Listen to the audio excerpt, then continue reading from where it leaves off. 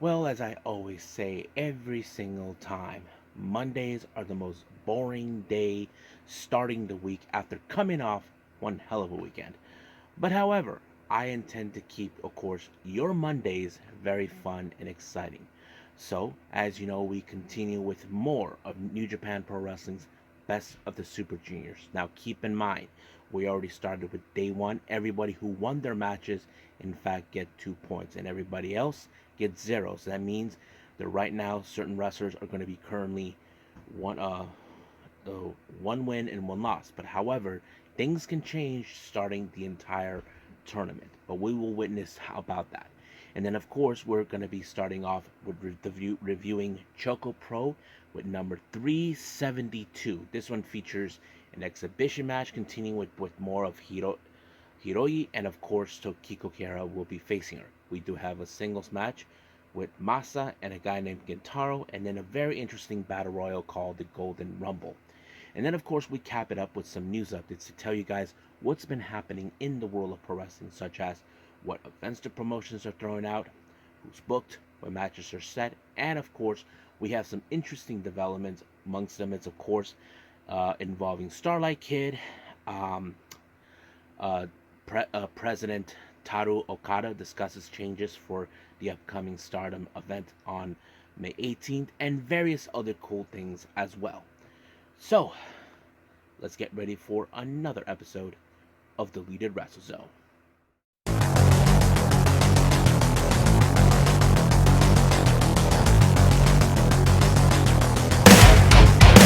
Are you ready? Get up, get up! Get up, get up! Get up, get up! Get up, get up! Get up, get up! Get up, get up! Welcome everybody to Deleted Wrestle Zone, all things that is pro wrestling with AEW, NXT, New Japan Pro Wrestling, TNA, the National Wrestling Alliance, various promotions, wrestlers, matches, and championships. I am your host, J Rod here. So, if you are new to the channel, welcome. This is the channel where we do a lot of pro wrestling reviews from various promotions, not only here in the United States, but also in Japan, Mexico, Canada, Europe, the UK, anywhere in the world where pro wrestling is not as big, but it continues to grow. We also do discussion videos, talk about various topics such as the wrestlers themselves, the promotions, factions, storylines, whatever we want to talk about. We also do more news updates. If I'm unable to put it on this episode, I can put it on a separate video by itself. We also do real-timing news updates to keep you guys on alert if something has happened in the world of pro wrestling that needs to be addressed ASAP. We also do the Unagi Sayaka Watch and various other cool things as well. So if you like what you see, please subscribe to us. So click on that subscribe button. You'll be getting a lot of daily reviews and other cool wrestling content as well. But if you like this episode, please give us a like on the like button or a nice comment in the description down below. Now, all introductions have set aside, I believe it's time to get this show on the road with our very first review, and this one is from ChocoPro.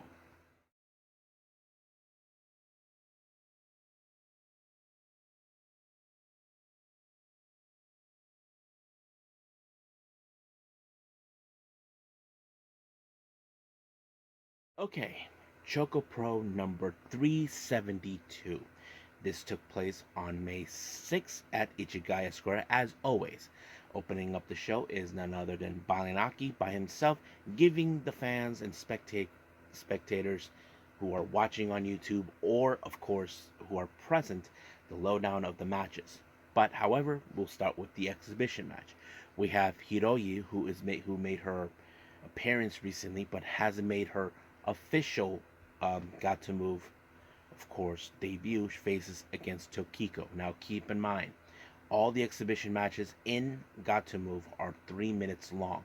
It doesn't matter how many pinfalls you get, as long as you have enough, just one, it'll be fine. But however, it was Tokiko who walked away as the victor with just one pinfall after the time limit expired. But we will see good things coming for Hiroi. We'll see where it leads us from here on out. Now, our next match, we have Masahiro Takanashi taking on a guy named Gintaro. Now, I don't know who this guy is, but this match was very, very intense. Now, knowing Masa, he probably would have done every trick in his playbook. I mean, being a slick person that he is in the mat or in the ring, or try to be clever as possible. But however, that wasn't even the case because Gintaro somehow was able to withstand everything that Masa threw at him. But unfortunately, this match ended in a time limit draw after time. It's 15 minutes, which is a bummer. So that kind of ended it. Now, our next match is the Golden Rumble. Now, this is kind of like a Rumble match, and this is the order of people that came out. It first started out with Balinaki being in the mat with Ken Oka. Then, of course, we have Miya Yatsuba, Mei Shruga, Sayaka Obihiro, Sayaka, and, of course, Chiko Shikawa. Now, this is how the elimination went down during this entire match.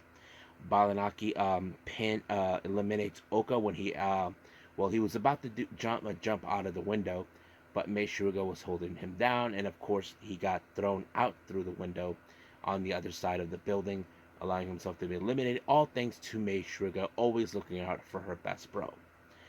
And then of course we had Obihiro was eliminated when she was pinned by Balinaki, Meishuga, and Miya Yatsuba. So basically, however, there was one thing that was a big factor during this entire part of the match is the Best Bros. They're gonna always look out for each other, ensure that they will stay alive. But however, Miya, Sayaka, and Chi were able to pin both Best Bros 1, 2, 3, eliminating both. Then of course we jump into a three-way between Miya, Sayaka, and Chi, but it was of course Miya who eliminated Sayaka when she grabbed her and put her through the window on the other side of the building, allowing her to be eliminated. But it was Chi who picked up the win when she pinned, of course, Miya. I mean, Miya was so close to winning. This would have been a great momentum for her. But we'll see what happens in the future for her. But we end, of course, the entirety of the show with the Jonkin tournament. I was a bit of surprised that Balinaki went all the way through, but there was a very interesting competitor during the Jonkin, and that is the referee. Now, I don't think he's a referee from the promotion. I think he's from somewhere else. But somehow the ref won the entire Jonkin tournament. I was like, what the hell? But he got away with it. Balinaki, he really screwed up. So can't fault him for that, but that's how it ends. So can't wait to see the next one, 373, but we'll stand by for that. But right now, let's move on to our next review, and that is, of course, New Japan Pro Wrestling.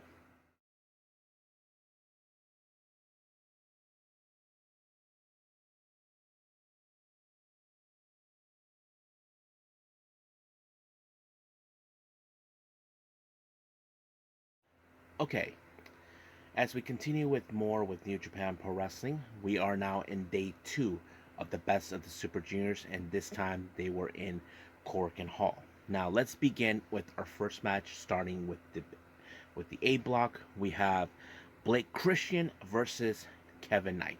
Now keep in mind, Blake Christian got away with it by cheating his way through, but this time he did not do that. He decided to cleverly try to, find a way by using the apron. Now, everybody knows who are wrestlers, or those who know this, they've been watching, that the edge of the apron of the ring is the most hardest part. He actually stomped Kevin Knight from there and then applied the springboard 450, giving him, of course, the total of 4 points with 2 wins and no losses. So basically, he is currently undefeated. As for Kevin Knight, he has only 1 win and 1 loss with just 2 points. Now, we are still early in the stages of this tournament, but anything could change later on in the tournament. Now, let's jump in with B block. We have Ninja Mac versus Francisco Akira. Now, this was going to be a very interesting match. I don't think these two have ever crossed paths with each other, but nonetheless, Francisco Akira is determined to surpass him or try to beat him, but unfortunately that wasn't enough. Ninja Mac applied like a Phoenix Splash 630 type in order to pick up the win, and he walks away with the total points of 4 with 2 wins and no losses. As for Francisco Kera, he only has 1 win and 1 loss.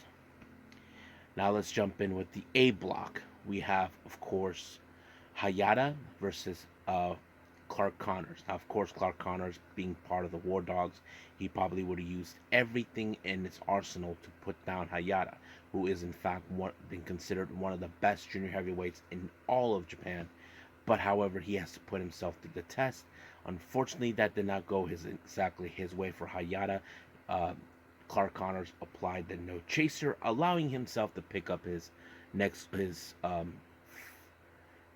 2 points.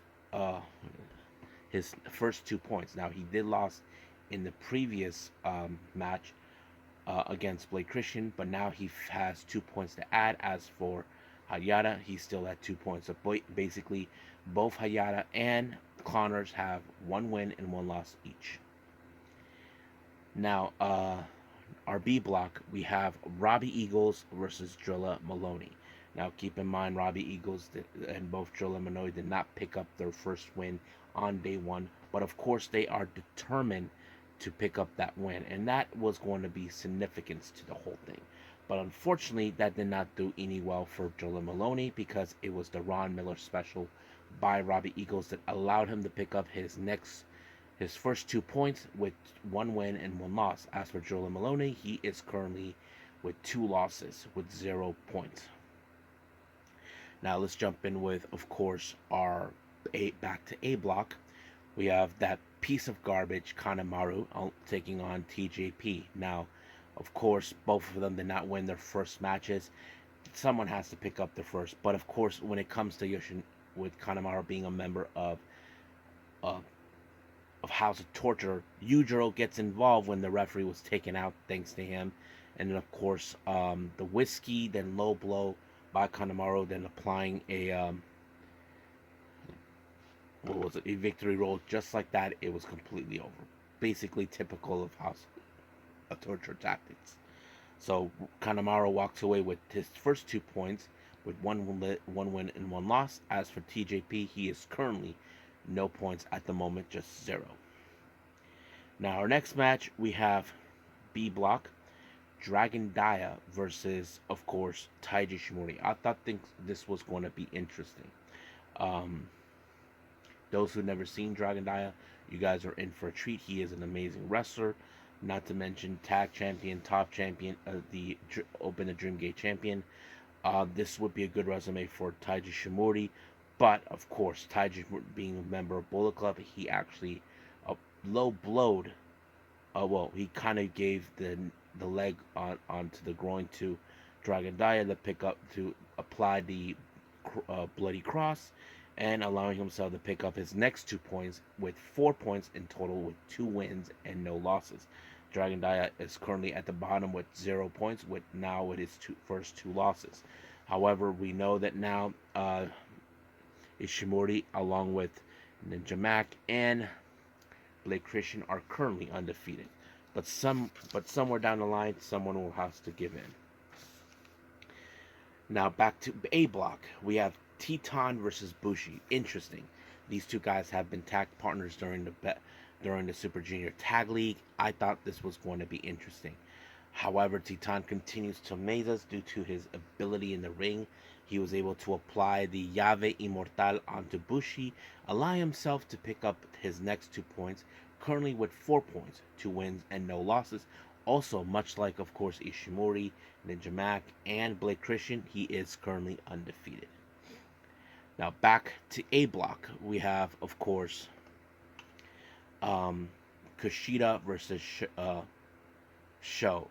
Now, of course, Sho, he will do whatever it takes to stay undefeated because he thinks he is the best. BS! He's a piece of garbage. Not to mention, he played Maloney, and I'm asking myself, what the hell was Maloney thinking?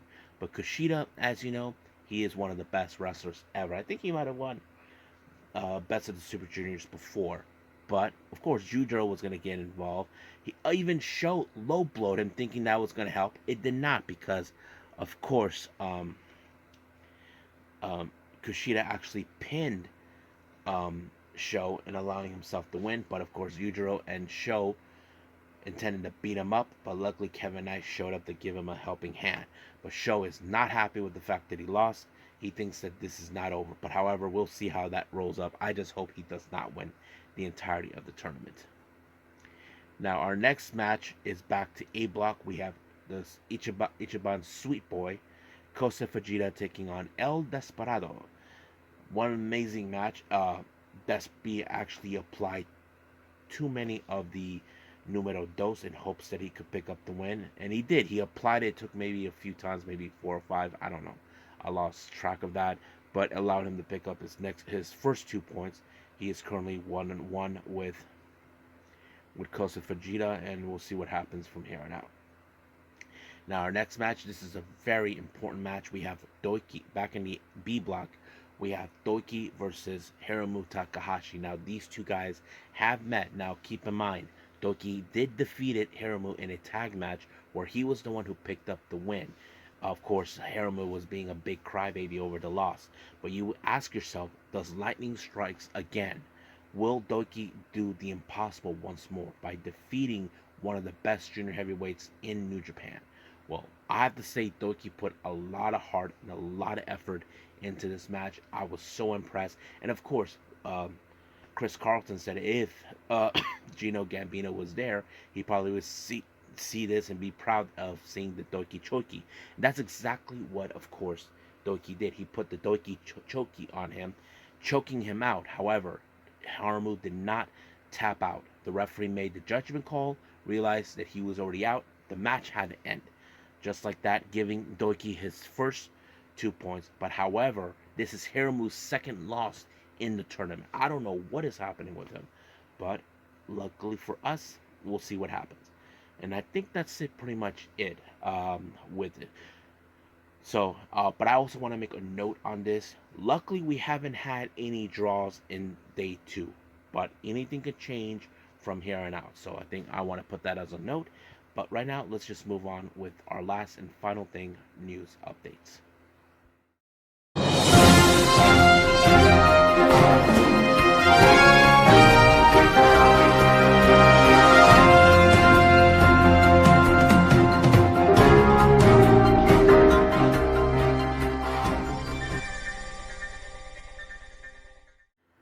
Okay, so welcome to our news updates. Now, last time, as you know, I started out with the developments, and because we only had one update on a promotion, but right now we're back to starting with the promotions on their updates of their upcoming events.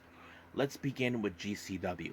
Now, as you know, we have the Philly show on the 18th of May, the most notorious show. It was announced that, of course, GM Matt Cardona is going to be there. Boo! Yeah, he's going to be there.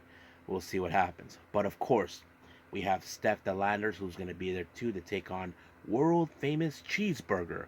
I love cheeseburgers. Now, our next, and then of course on the 25th of May in Chicago, take a picture. It was announced that Megan Bain will take on Alley Catch. So that's going to be one tough match. I know Alley Catch is one tough biatch, you know what I mean? And of course, she would take her on, but I would definitely love to see it.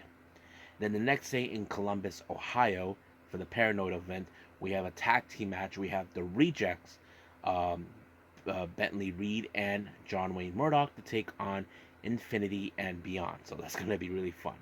And of course, GCW just announced that on on July 18th, they'll be making their debut in Louisville, Kentucky at the Headliners Music Hall. So that's going to be great. So no announcement of the name of the show or who will be participating, but as we get closer and closer, we will find out soon enough. Now for our House of Glory events taking place soon, we have 2 of them on the 24th and the 25th. Now for the 24th of May, the War Within, they just announced Reina Dorada will be making her debut. And then, of course, the following day, Glory of War, Mustafa Ali will be in action against Alec Price. So that's going to be good. Now, Kitsune Women's Wrestling has announced for the Sugo event on the 14th of July, Marika Kobashi will be making her debut. Last time she was supposed to make her debut, but due to circumstances, she's been unable to do so. But luckily, they were able to get it. And then finally, Irish promotion Over the Top Wrestling announced for their Scrapper Mania event on August 10th.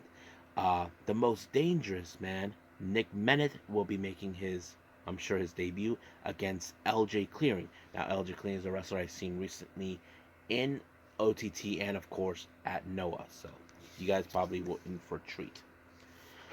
Now let's move on to some developments. Kenny Omega has been explaining this. Now, as you guys know, Mike Bailey's contract will be up by the end of this year, and Kenny Omega believes that Mike Bailey could do great things in AEW. I mean, what do you guys think? You think Kenny is right? I mean, Mike Bailey is an amazing wrestler, so I'm not gonna lie about that. But yes, hopefully, if he does, I would love to see what he can do. Um, as you know, we got coming up this weekend. Flashing Champions, President Taro Okada actually talked about the certain changes. Let me pull that up. The statement that he made. This is what he had to say. We've been already announced a card for Flashing Champion at Yokohama Budokan, but due to health of some wrestlers, we'll be reorganizing the show and show appropriately. Matches that were announced earlier are finalized and will be determined as currently planned. In case of future developments, thank you for your understanding. So basically, he's on top of it, knowing recently we have been seeing wrestlers who are not feeling well. So, yeah, so we'll see that. Fightful Selects reports about, of course, Jinder Mahal. As you know, he's been no longer with with WWE since his release. It seems there's a lot of talk within the indie promoters, expecting, of course, a heavy duty of a busy schedule for him. So basically, the promotions are looking forward and working. I think they're gonna come up with a schedule for him. So we'll see. Interesting developments with the promotion in Uganda, the Soft Ground Wrestling, and apparently they have a brand new championship, the SGW Heavyweight Championship. So I can't wait to see what they're gonna do with it. Now, Zilla Fatu, if you guys know who he is, Zilla Fatu is the son of the late Umaga. He's also a member of the Inoue family. However, he mentioned this, that he is aiming to go to WWE, and this is what he said.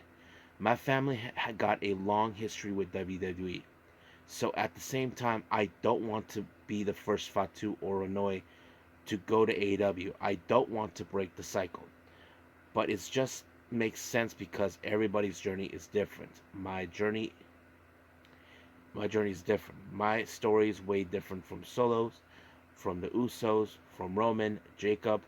So my story, I got another chapter. I'm sitting on a whole another side of the table. So basically, he does not want to go to AEW to break the cycle due to everybody in his family being involved. So it's understandable. So we'll see what happens. Um, you may have heard Cash Wheeler last year was in trouble with the law due to fireman assault, aggregative assault with a firearm. The charges have been dropped, and of course, this is what they said. This is from PW Insider. Wheeler can move forward without any additional worry about legal issues stemming from the situation. So basically, the charges have been dropped. Was very interesting to hear. Now, this interesting development, this one I think many of you are going to be shocked or thinking, what the hell is going on here? Starlight Kid on Tokyo Sports has hinted the possibilities of taking off her mask. The question is why, and then there she says that she's concerned about her future, but she said this: there are many options with me. So basically, she has been considering of taking off the mask. I mean, this is very unusual, but we'll see what happens from here on out. Now, as you know, we are getting closer and closer to the first show of Mighty Gold, taking place on May 20th. Bozilla has arrived in Japan, and not to mention, she is not alone. Her father, Wolf Herman, who you may know him as a ECW alumni, will be there. So it's great that she has her father. On May 16th, it was announced that CyberFight will have a press conference. It's been a while since we Haven't heard anything. Hopefully, we have the Fire CyberFight Fest. We haven't had that last year, but we'll see. I'm looking forward to see, and Shinjiro Takagi will be there along with Na Nahiro Hito, I think. I don't know what's the situation, but I'll get information about that. So I think that's pretty much it what we have. So let's just call it a day. Well, I hope everybody enjoys this episode. Coming up, as you know, we have NXT. I haven't decided yet what I'm gonna do because um, early in the morning, I have. By the time this video is probably be out, it should be already morning for me. I'm on my way to my regular day job. The reason I kept this episode short is because I had some errands to do. I had an appointment, and of course, I went to see Kingdom of the Planet of the Apes. Yes, I like it, guys. I did. Um, I mean, it's interesting that they don't have Caesar in this film, but they kept mentioning him. So I did like the movie. I mean, it's not as good as the previous ones we know, but we'll see what happens. But I think that's pretty much what I'm gonna do. I haven't decided yet. This is gonna be a tough one for me to continue forward, but I'll do the best of my ability. So we still got a lot of wrestling to cover. So we'll see what happens. But as of right now, I will see you guys in the next DWZ time, same DWZ channel. I must bid all of you adieu. So goodbye, and have a nice day. Bang.